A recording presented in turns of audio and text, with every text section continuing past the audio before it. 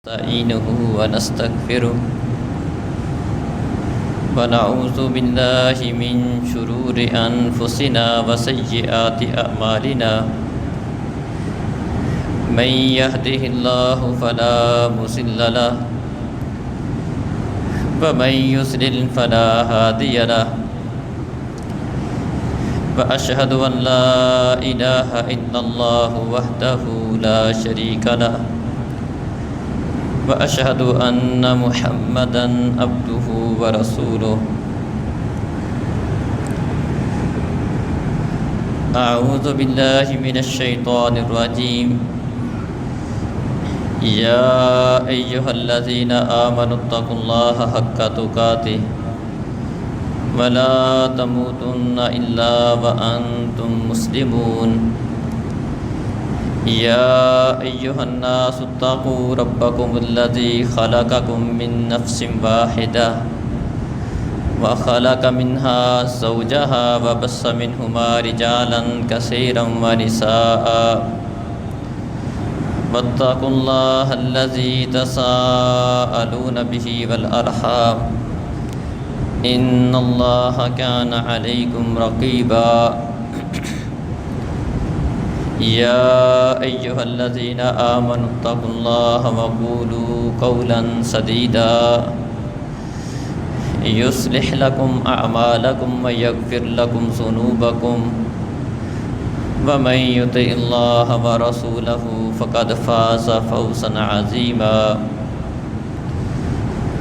أما بعد فإن خير الحديث كتاب الله وخير الهدي هدي محمد صلى الله عليه وسلم وشر الأمور محدثاتها وكل محدثة بدعة وكل بدعة ضلالة وكل ضلالة في النار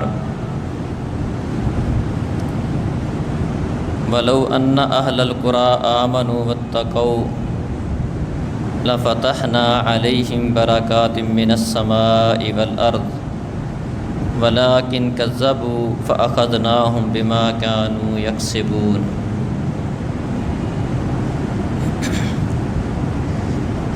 محترم عزیز بھائیوں اور بزرگوں، معزز ماؤں بہنوں،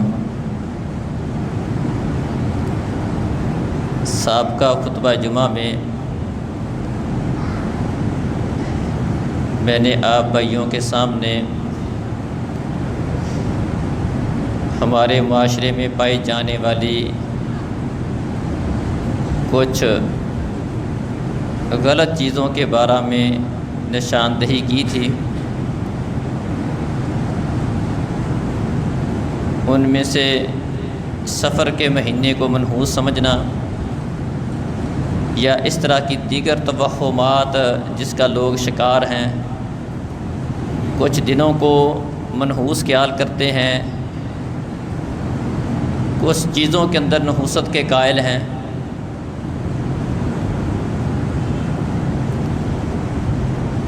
برکت اور نحوست، سب سے پہلے اس کا مفہوم سمجھیں کہ برکت کس چیز کا نام ہے اور برکت ہوتی کن چیزوں سے ہے۔ عام طور پر ہمارے معاشرے میں برکت کا مفہوم یہ سمجھا جاتا ہے کہ اگر کسی کی روزی روٹی اچھی لگی ہوئی ہے، اس کا روزگار اچھا ہے، تو اس شخص کے لیے اللہ تعالیٰ کی طرف سے رحمت اور برکت کے دروازے کھلے ہوئے ہیں۔ اگرچہ یہ چیز بھی اللہ تعالیٰ کی طرف سے باعث برکت ہوتی ہے کہ اللہ تعالیٰ کسی کے رزق میں برکت کر دے، لیکن برکت کا مفہوم بڑا وسیع ہے۔ اللہ تعالیٰ کسی بھی انسان کو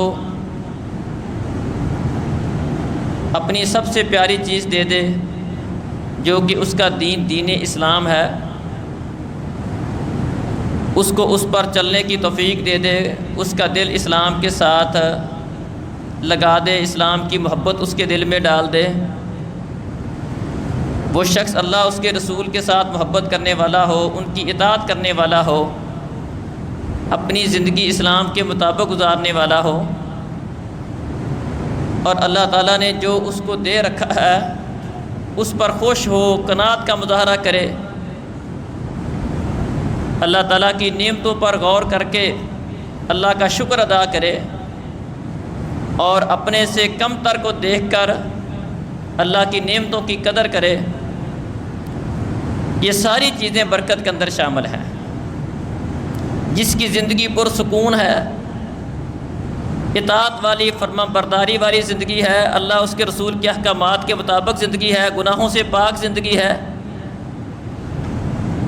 آخرت کی کوشش کرنے والی زندگی ہے، یقیناً اس انسان کے لیے اللہ تعالیٰ نے بہت ساری برکتیں جمع کر رکھی ہیں، اور یہ برکت اللہ اور اس کے رسول کا کہا ماننے سے آتی ہے۔ جس قدر بندہ اطاعت کے کام زیادہ کرتا ہے، اللہ تعالیٰ کا کہا زیادہ مانتا ہے، اللہ تعالیٰ اسی قدر اس کی زندگی میں، اس کے معاملات میں برکت ڈالتا ہے۔ من عمل صالحا من ذکر او انثى وهو مؤمن فلنحيينه حیاتا طیبہ، فرمایا کہ کوئی بھی مذکر ہو، مؤنث ہو، مرد ہو، عورت ہو، اچھا کام کرے، ایمان لائے، ہم اسے پاکیزہ زندگی عطا کریں گے، برکت والی، پاک صاف ستھری زندگی اس کو عطا کریں گے۔ اس کی زندگی گناہوں سے پاک ہوگی، اپنی زندگی کے اوپر اس کو اطمینان ہوگا، سکون والی زندگی ہوگی، بے چینی والی زندگی اس کی نہیں ہوگی، اطمینان اور سکون والی، برکت والی زندگی اس کو عطا کریں گے۔ اسی طرح فرمایا وَلَوْ أَنَّ آمَنَ أَهْلُ الْقُرَىٰ، اگر یہ بستیوں والے ایمان لے آتے، وَاتَّقَوْا، اور اللہ تعالیٰ سے ڈر جاتے، لَفَتَحْنَا عَلَيْهِمْ بَرَكَاتٍ مِّنَ السَّمَاءِ وَالْأَرْضِ، تو یقیناً ہم ان کے اوپر آسمان سے اور زمین سے برکت کے دروازے کھول دیتے ہیں۔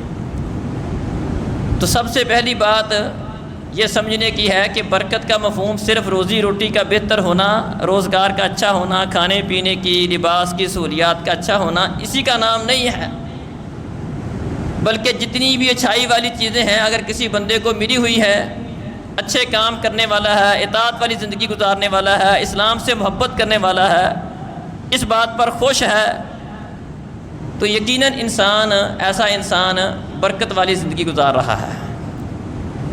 اور یہ برکت جس قدر بندہ اللہ تعالیٰ کا کہا زیادہ مانے گا، ایمان اسلام کے ساتھ محبت زیادہ کرے گا، اللہ اس کے رسول کا کہا مانے گا، اس کی اطاعت کرے گی، اسی قدر اس کو برکت زیادہ اللہ تعالیٰ عطا کرے گا۔ چند ایک چیزیں، ویسے تو جتنے بھی اعمال صالحہ ہیں وہ برکت کا سبب ہیں، کچھ چیزیں وہ ہیں جنہیں بطور خاص نبی کریم صلی اللہ علیہ وسلم نے جن کا تذکرہ کیا ہے۔ ان میں سے ایک چیز یہ ہے کہ جو شخص قرآن کی تلاوت زیادہ کرتا ہے، اللہ رب العزت اس کے لیے برکت کا دروازہ کھولتا ہے۔ فرمایا لا تجعلوا بیوتکم مقابر، آج کل ہمارے گھروں میں بڑی بے برکت، لڑائی جھگڑے، فساد، پریشانیاں، مسائل، سکون کا نہ ہونا، اس طرح کے بڑے مسائل ہیں۔ نبی صلی اللہ علیہ وسلم نے فرمایا کہ اپنے گھروں کو قبرستان مت بناؤ۔ وَإِنَّ الْبَيْتَ الَّذِي يُقْرَأُ فِيهِ سُورَةُ الْبَقَرَةِ لَا يَدْخُلُهُ الشَّيْطَانُ، وہ گھر جس میں سورۃ البقرہ کی تلاوت ہوتی ہے اس میں شیطان داخل نہیں ہوتا۔ مطلب یہ ہے کہ قبرستان پر، چونکہ قبرستان میں قرآن نہیں پڑھا جاتا، اپنے گھروں میں قرآن کی تلاوت کرو اور اپنے گھروں کو قبرستان مت بناؤ، مردوں کا گھر مت بناؤ، زندوں کے گھروں میں قرآن پڑھا جاتا ہے۔ اور قرآن میں سے ایک سورہ بقرہ ہے، اس کی بطور خاص فضیلت بیان کر دی کہ جس گھر میں سورۃ البقرہ پڑھی جاتی ہے شیطان اس گھر میں نہیں آتا۔ شیطان گھر میں نہ آئے، یہ جتنے دنگے فساد گھر میں ہوتے ہیں، لڑائی جھگڑے ہوتے ہیں، بہو ساس کے مسئلے ہوتے ہیں، میاں بیوی کے مسائل ہوتے ہیں، اس کی بنیادی وجہ شیطان کا عمل دخل ہوتا ہے۔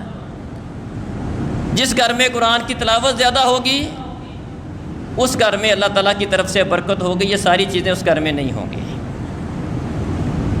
اسی طرح نماز برکت کا سبب ہے. فرمایا اجعلوا فی بیوتکم من صلاتکم ولا تتخذوها قبورا. فرمایا کچھ نمازیں گھروں میں پڑھا کرو. فرض نماز تو جماعت کے ساتھ مسجد میں آ کر پڑھنا فرض ہے.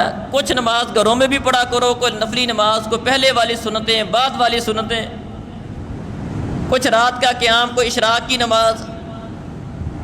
فرمایا کچھ نمازیں گھروں میں پڑھا کرو اور اپنے گھروں کو قبرستان مت بناؤ. وہ گھر جس میں نماز نہیں ہوتی وہ گھر قبرستان ہے. قبرستان میں نماز نہیں ہوتی. اگر گھروں میں نماز نہیں ہے تو گویا کہ یہ گھر زندوں کے گھر نہیں ہے، مردوں کے گھر ہیں.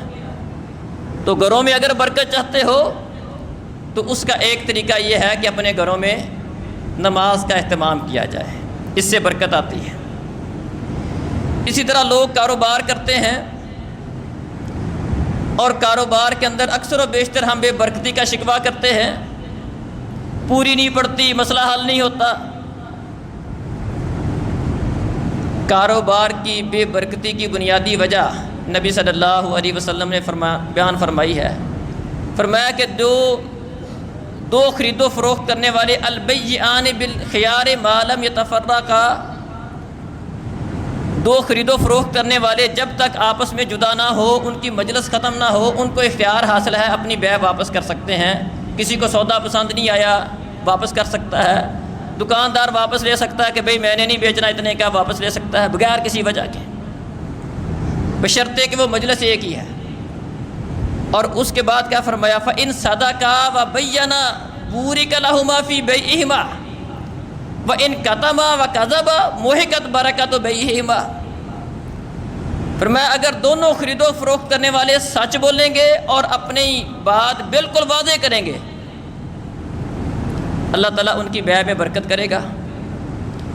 اور اگر دونوں کی کوشش یہ ہوگی کہ دوسرے کو ٹھگی لگا لے، اپنی چیز کا عیب چھپائے اور اس کو بیان نہ کرے، جھوٹ بول لے، محقت برکات بیعہما، اللہ تعالیٰ ان کی بیع کی اس خرید و فروخت کی برکت ہی ختم کر دے گا.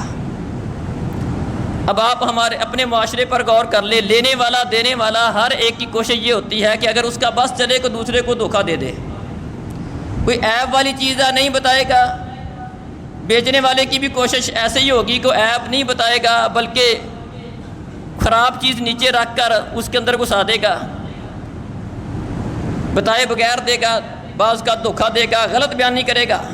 فرمایا اگر صحیح بات کرے، بالکل سچ بولے، اپنا سودا بیچنے کے لیے جھوٹ نہ بولے.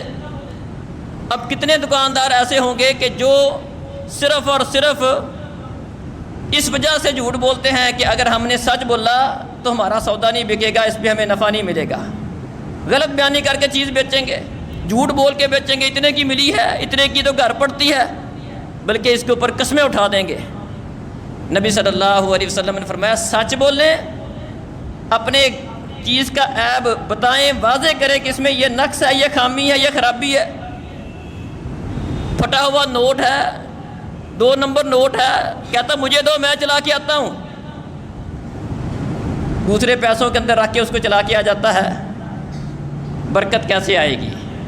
فرمایا 2 خرید و فروخت کرنے والے ان کی بیع میں جب وہ سچ بولیں گے، بالکل اپنی کوئی مسئلہ ہے چیز کے اندر اس کو واضح کر کے بتا دیں گے، اللہ برکت حاصل کرے گا. جھوٹ بولیں گے، عیب کو چھپائیں گے، غلط بیانی کریں گے، اللہ تعالیٰ ان کی بیع کی برکت ہی ختم کر دے گا. تو یہ ایک بے برکتی کی بنیادی وجہ جو ہمارے معاشرے میں عام پائی جاتی ہے یہ بھی ہے.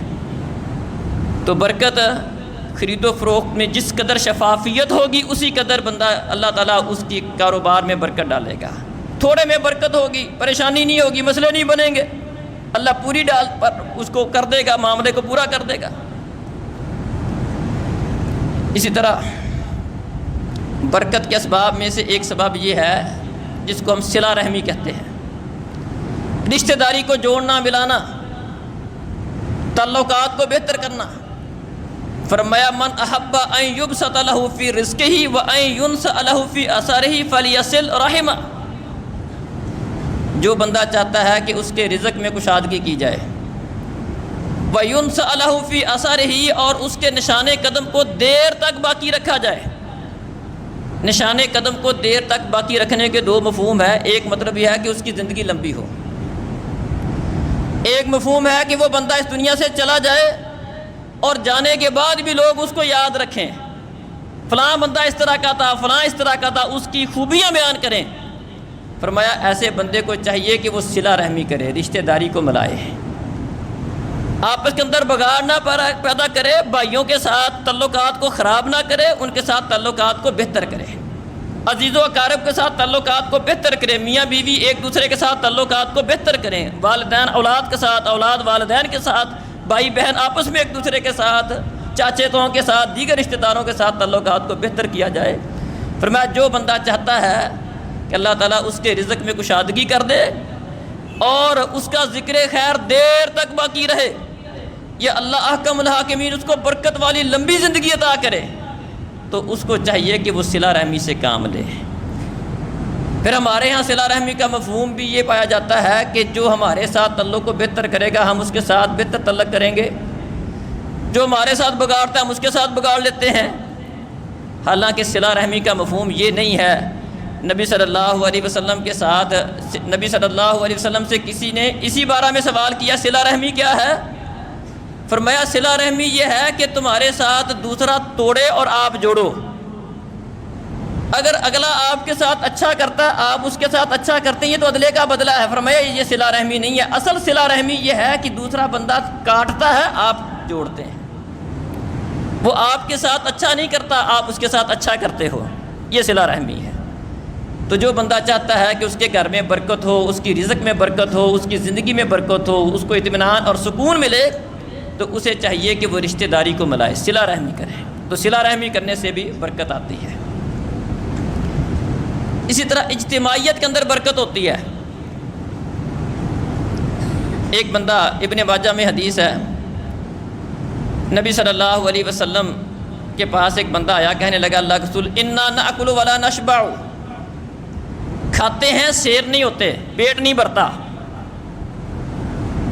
نبی صلی اللہ علیہ وسلم فلعلکم تأکلون متفرقین، لگتا ہے کہ تم علیحدہ علیحدہ ہو کر کھاتے ہو، جدا جدا ہو کر کھاتے ہو، اکٹھے نہیں کھاتے بیٹھ کے۔ کہا جی اللہ کے رسول ایسا ہی ہے۔ فرمایا فاجتمعوا علی طعامکم واذکروا اسم اللہ یبارک لکم، اگر چاہتے ہو کہ تمہارے کھانے میں برکت کی جائے، گھر میں 6 افراد ہیں، ہر ایک کی کولی علیحدہ ہے، ہر بندہ آتا ہے اپنا کھانا کھا کے چلا جاتا ہے۔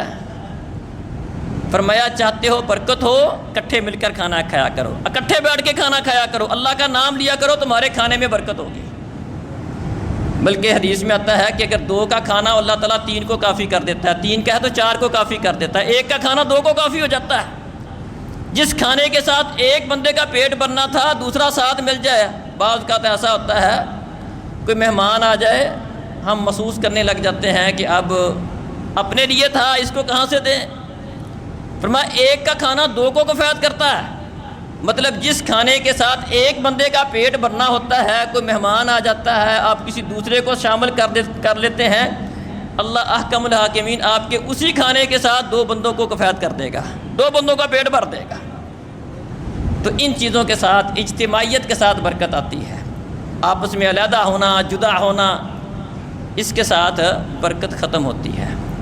بلکہ ایک حدیث میں آتا ہے وَأَطِیعُوا اللَّهَ وَرَسُولَهُ وَلَا تَنَازَعُوا فَتَفْشَلُوا وَتَذْهَبَ رِيحُكُمْ، آپس میں اختلاف نہیں کیا کرو، اللہ اس کے رسول کا کہا مانو، آپس میں اختلاف نہیں کرو، جھگڑو نہیں، یہ جھگڑوں سے برکت ختم ہوتی ہے۔ فرمایا فَتَفْشَلُوا وَتَذْهَبَ رِيحُكُمْ، تمہارے پاؤں اکھڑ جائیں گے، تمہاری ہوا اکھڑ جائے گی، پھسل جاؤ گے، دشمن سے تمہارا رعب ختم ہو جائے گا۔ برکت چاہتے ہو آپس کا اختلاف ختم کرو۔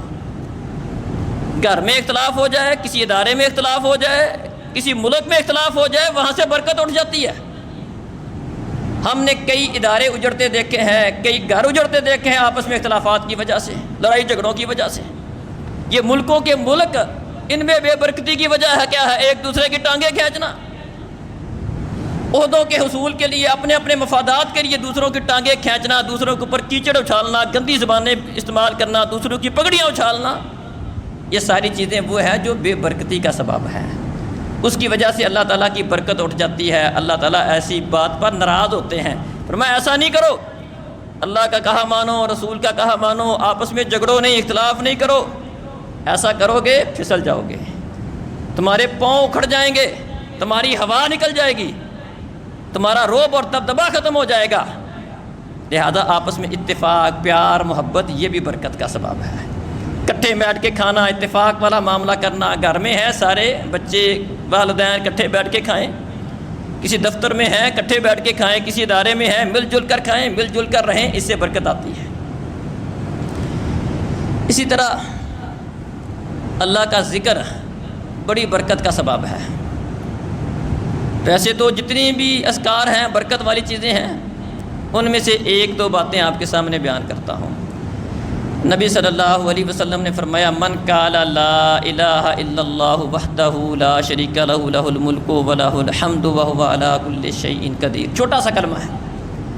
فرمایا جو بندہ صبح 100 دفعہ پڑھ لے, 10 دفعہ کا بھی ذکر آتا ہے, 100 دفعہ پڑھ لے, اللہ تعالیٰ اس بندے کو 100 نیکیاں دیتے ہیں, 100 گناہ معاف کرتے ہیں. 10 غلام آزاد کرنے کا اللہ تعالیٰ اس کو ثواب دیتے ہیں. 10 غلام, 10 بندے. ایک اونٹ لے کر اللہ کی راہ میں اس کی قربانی کرنے ہو تو 5-6 لاکھ سے کم نہیں ملتا. بندہ خرید کے آزاد کرنا ہو اس کی قیمت کتنی ہوگی؟ یہ چھوٹا سا ذکر ہے. فرمایا 100 دفعہ صبح پڑھ لو, 100 نیکیاں, 100 گناہ معاف, 10 غلام آزاد کرنے کا ثواب. اور اگلی بات کیا؟ فرمایا صبح کو پڑھو گے, شام تک اللہ تعالیٰ تمہارے اوپر ایک فرشتہ مقرر کر دے گا جو تمہاری حفاظت کرے گا شیطان کے شر سے. اللہ, برکت ان چیزوں سے آتی ہے, اللہ کا ذکر کرنے سے. اور بھی اذکار بڑی برکت والے ہیں. اللہم انت ربی لا الہ الا انت خلقتنی وانا عبدک وانا علی عہدک ووعدک ما استطعت. یہ سید الاستغفار جس کو کہتے ہیں ہم. فرمایا جو بندہ صبح کو پڑھ لے, شام تک فوت ہو گیا, اللہ اس کو جنت میں داخلہ دے گا. شام کو پڑھ لے, صبح سے پہلے فوت ہو گیا, اللہ جنت میں داخلہ دے گا. یہ اتنا زبردست استغفار والا کلمہ ہے. برکت ان چیزوں سے آتی ہے. ہماری زندگیوں میں برکت نہ ہونے کی بنیادی وجوہات ہی یہ ہیں. ہنڈی الٹی کر دینے سے کچھ نہیں ہوگا, گاڑی کے ساتھ پرانا ٹوٹا ہوا جوتا باندھنے سے کسی کی نظر نہ لگے, ایسا نہیں ہوگا.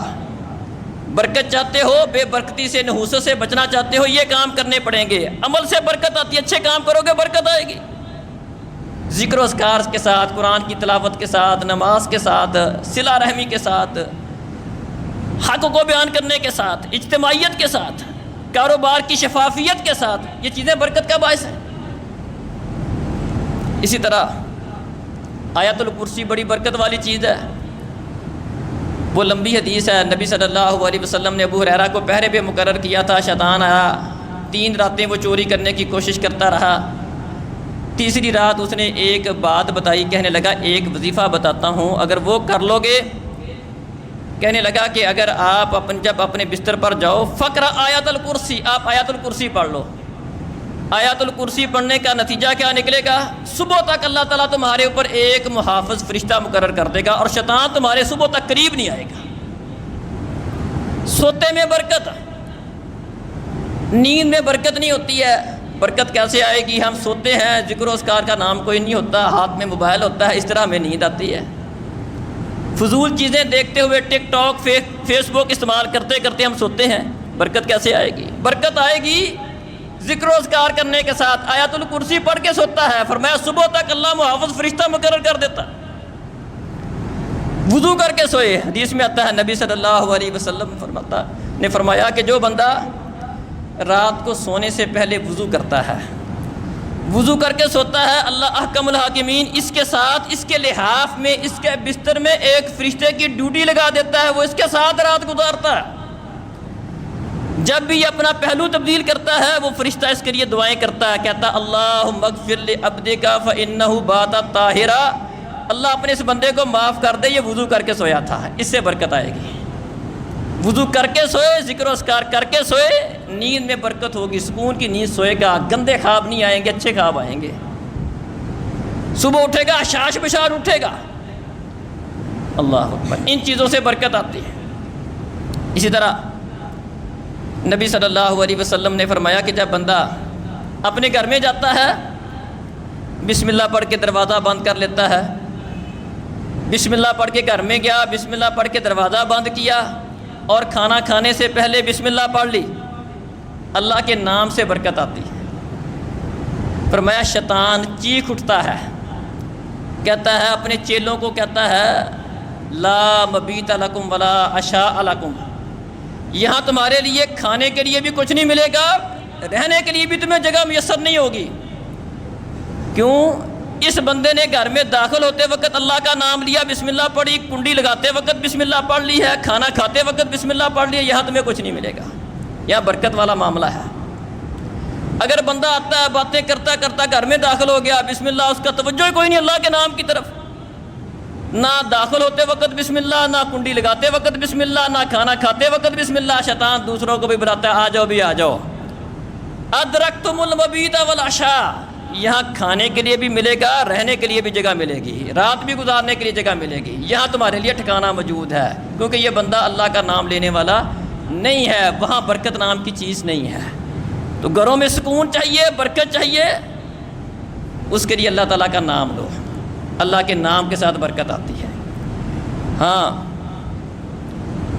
کچھ چیزیں بطور خاص ایسی ہیں جو بے برکتی کا سبب ہیں۔ نبی صلی اللہ علیہ وسلم کے سامنے ایک بندے کا ذکر کیا گیا، فرمایا یہ سوتا ہی رہتا ہے، صبح ہو جاتی دن چڑھ جاتا ہے، اٹھتا ہی نہیں، اس کی روٹین ہی اٹھنے کی نہیں ہے، کوشش ہی نہیں کرتا، اٹھتا ہی نہیں ہے۔ فرمایا ذاک الرجل بال الشیطان فی اذنہ، کتنی دفعہ آپ نے یہ حدیث سنی ہے۔ فرمایا یہ بندہ جو صبح اٹھتا ہی نہیں، فجر کی نماز نہیں پڑھتا، اس کے کان میں شیطان نے پیشاب کر کے اس کے کان کو بند کر دیا ہوتا ہے، برکت کیسے آئے گی؟ فجر کی نماز نہیں پڑھتا۔ جو بندہ فجر کی نماز نہیں پڑھتا، اللہ کی قسم اس کے گھر، اس بندے کے اندر برکت آ ہی نہیں سکتی، اس کے گھر میں برکت نہیں آ سکتی۔ پیارے نبی صلی اللہ علیہ وسلم فرماتے ہیں کہ شیطان بندے کی گدی کے پاس 3 گریں لگاتا ہے، جب بندہ سوتا ہے 3 گریں شیطان اس کی گدی کے پاس لگاتا ہے۔ اگر بندہ صبح اٹھتا ہے اللہ کا نام لیتا ہے، اٹھتے ہی دعا پڑھتا ہے الحمدللہ الذی احیانا بعد ما اماتنا والیہ النشور، اٹھتے ہی اس کی زبان پر، سوتے وقت اللہ کا نام لے کر سویا، آیت الکرسی پڑھ کے سویا، بسمک اللہم اموت و احیا پڑھ کے سویا، دعائیں پڑھتے پڑھتے سو گیا، وضو کر کے سو گیا، سبحان اللہ الحمدللہ اللہ اکبر کی تسبیح کر کے سویا، تینوں صورتیں آخری پڑھ کے اپنے اوپر دم کر کے، ہاتھوں پر پھونک مار کر اپنے اوپر 3 دفعہ دم کر کے سویا، سکون کی نیند سوئے گا، برکت والی نیند سوئے گا۔ صبح اٹھتا ہے، اٹھتے ہی اللہ کا نام لیتا ہے الحمدللہ الذی احیانا بعد ما اماتنا والیہ النشور، الحمدللہ الذی عافانی فی جسدی ورد علی روحی واذن لی بذکرہ۔ فرمایا ایک گرہ کھل جاتی ہے، اللہ کا نام لینے سے جو شیطان نے گریں باندھ رکھی ہوتی ہیں ایک گرہ کھل جاتی ہے، پھر اٹھ کے وضو کرتا ہے، دوسری گرہ کھل جاتی ہے، نماز کے لیے اٹھتا ہے، وضو کرتا ہے، دوسری گرہ کھل گئی، اٹھ کے نماز پڑھتا ہے، تیسری گرہ بھی کھل گئی، بندہ فرمایا فاصبح نشیطا طیب النفس، یہ بندہ چست، ہوشیار، حشاش بشاش، پکیزہ نفس والا ہونے کی حالت میں صبح کرتا ہے۔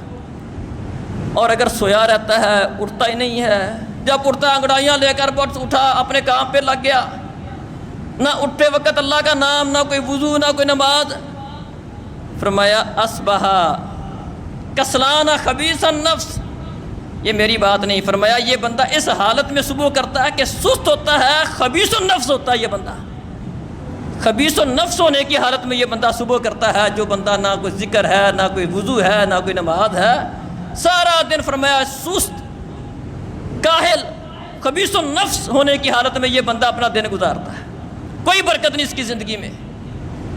پیسے زیادہ آ جائے، پیسے زیادہ آنے کا کوئی بندہ بڑا مالدار ہے، سمجھ لے کہ میں برکت والی زندگی گزار رہا ہوں، نہیں نہیں، یہ تو پھر کافر بہت بڑی بڑی بڑی برکتوں والی زندگی گزار رہے ہیں، بڑا بڑا مال ہے ان کے پاس۔ میں نے شروع میں عرض کیا کہ برکت کو بھی سمجھنا چاہیے، برکت ہے کس چیز کا نام؟ اللہ کی اطاعت والی زندگی گزارتا ہے، سارا دن اچھائی والے کام کرتا ہے، کسی کو دھوکہ نہیں دیتا، فراڈ نہیں کرتا، اچھی زندگی گزارتا ہے، اللہ کا کہا مانتا، نافرمانی والے کام نہیں کرتا، اطمینان سکون ہے اس کو، یہ برکت والی زندگی گزارتا ہے۔ اللہ اکبر۔ اسی طرح ہمارے گھروں میں آج کل یہ گھنٹیاں اور یہ موسیقی کے آلات عام ہوتے چلے جا رہے ہیں، نبی صلی اللہ علیہ وسلم نے فرمایا کہ لا تدخل الملائکہ، فرشتے اس گھر میں نہیں آتے جس گھر میں یہ گھنٹی ہو، جو گھنگرو ہوں، گھنٹیاں ہوں، آلات موسیقی ہوں، اور نہ ہی اس قافلے کے ساتھ شامل ہوتے ہیں جس قافلے کے اندر یہ گھنٹیاں گھنگرو جس قافلے کے اندر ہوں، اللہ کی رحمت کے فرشتے وہاں نہیں آتے، وہاں برکت نہیں ہوتی۔ اسی طرح وہ فرمایا کہ فرشتے اس گھر میں نہیں جاتے جس میں کوئی تصویر ہو، کتا ہو، اس گھر میں فرشتے اللہ کی رحمت والے نہیں جاتے۔ اسی طرح فرمایا کہ وہ بستی جہاں پر نماز قائم نہیں ہوتی، جماعت کا اہتمام نہیں ہوتا، جہاں پر 3 بندے 4 بندے جس بستی میں ہیں، جس قافلے میں ہیں اور جماعت کا اہتمام نہیں کرتے، فرمایا شیطان ان کو اپنا پٹھو بنا لیتا ہے، ان کے اوپر غلبہ حاصل کر لیتا ہے، وہ شیطان کے چلے بن جاتے ہیں، وہاں پر شیطان اپنا تسلط قائم کر لیتا ہے۔ تو یہ چیزیں بے برکتی کا سبب ہیں۔ تو محترم بھائیوں اور بزرگوں، اگر ہم بھی چاہتے ہیں کہ ہماری زندگی سکون والی ہو، اطمینان والی ہو، برکت والی ہو، اللہ اس کے رسول کی فرما برداری والی ہو، جو زندگی گزاریں اللہ تعالی ہمیں راحت، آرام، سکون دے، دل کو اطمینان دے، تو ہمیں کیا چاہیے؟ اللہ تعالیٰ کا فرمان ہے کہ جو بھی شخص ایمان کی حالت میں مرد ہو، عورت ہو، عمل صالح کرے گا، ہم اس کو پاکیزہ زندگی عطا کریں گے، سکون والی، اطمینان والی، راحت والی، اللہ اس کے رسول کے ساتھ خوش ہونے والی ایسی زندگی عطا کریں گے۔ جب زندگی سکون والی ہوگی تو اس کی آخرت بھی انشاءاللہ سکون والی ہوگی، اور اگر یہ چیزیں نہیں ہوں گی تو پھر ہماری زندگی برکت سے خالی ہوگی، سکون نہیں ہوگا، اطمینان نہیں ہوگا، بے چینی، پریشانی، اس طرح کے معاملہ، لڑائی جھگڑے، کاروباروں میں برکت نہ ہونا، یہ ساری چیزیں اس کی بنیادی وجہ اللہ اس کے رسول کے احکامات سے روگردانی ہے۔ چند ایک چیزیں آپ کے سامنے رکھی ہیں کہ اگر ان کو ہم اپنائیں گے تو اللہ تعالیٰ ان کے ساتھ برکت کرے گا، اور اگر ہم ان چیزوں کو چھوڑیں گے تو اس سے بے برکتی ہوگی۔ اللہ سمجھنے اور عمل کی توفیق عطا فرمائے۔ اقول قولی ھذا۔